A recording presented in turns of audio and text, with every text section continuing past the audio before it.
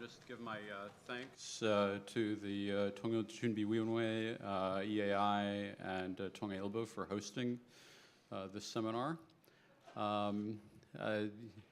This is a topic on which I think we could talk all day, even though we don't really have that much information. I'm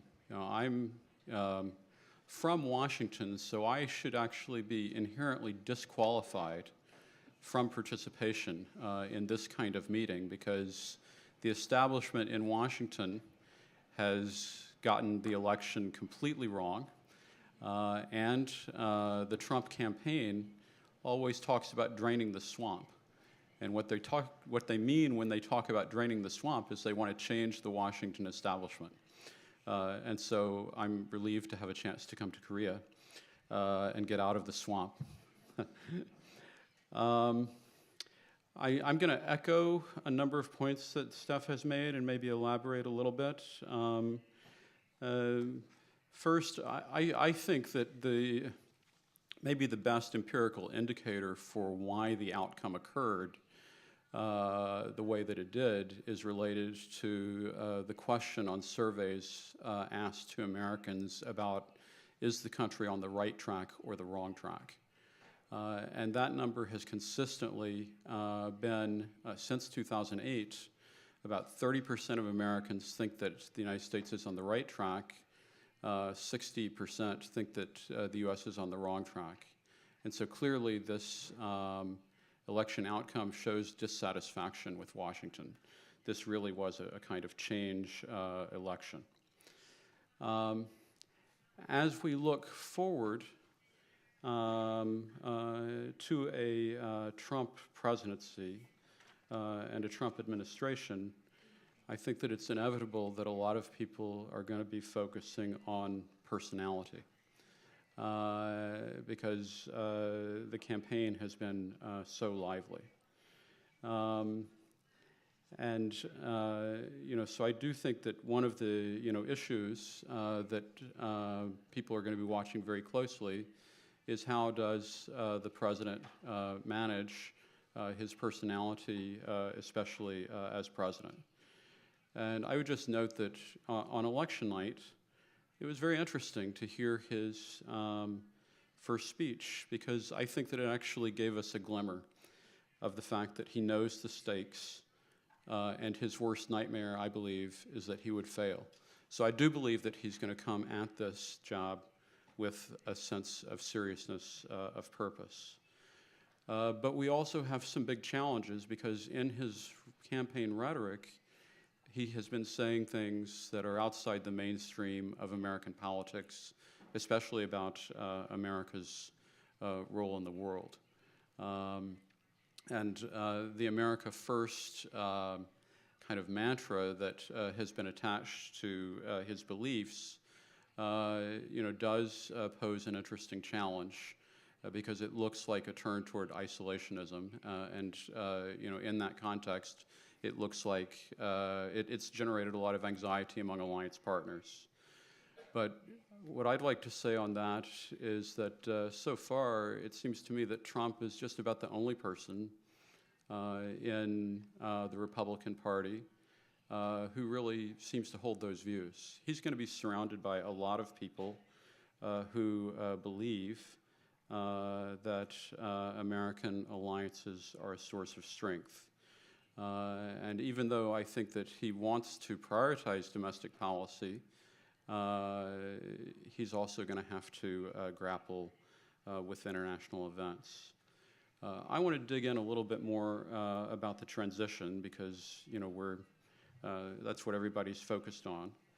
I think that it's true that his campaign was a pretty bare bones campaign, and they hadn't developed a list of advisors or partners to the extent that the Clinton campaign had developed.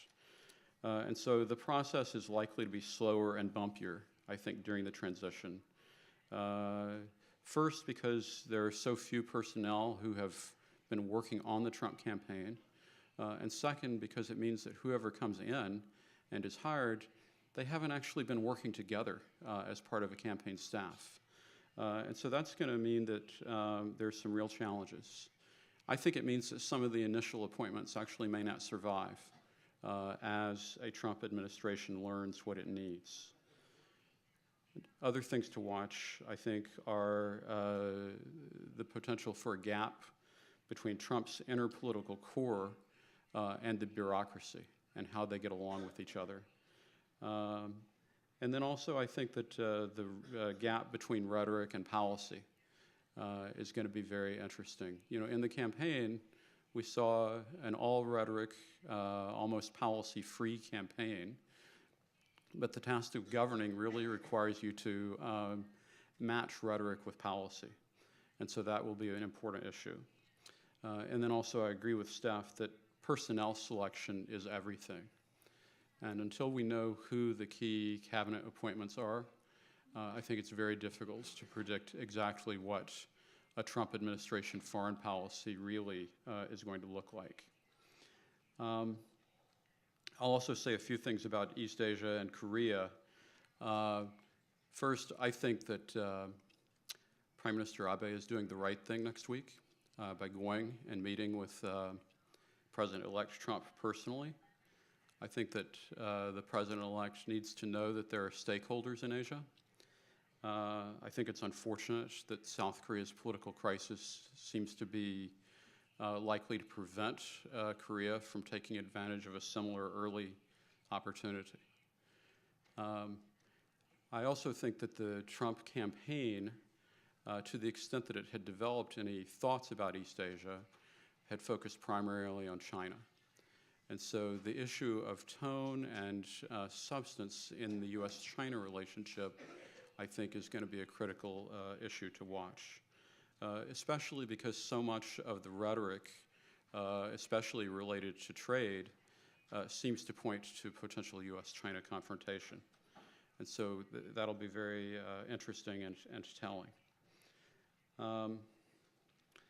With regard to Korea, Steph has already mentioned the SMA, the potential for discussions about burden sharing being more contentious.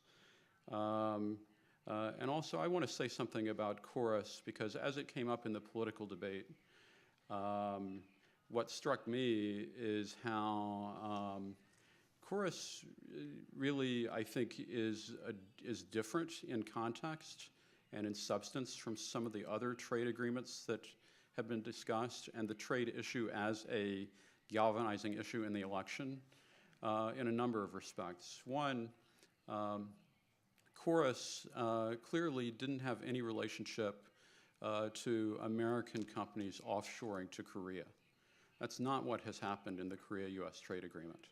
In fact, the opposite has occurred as a result of chorus. Korean investment has come to the United States.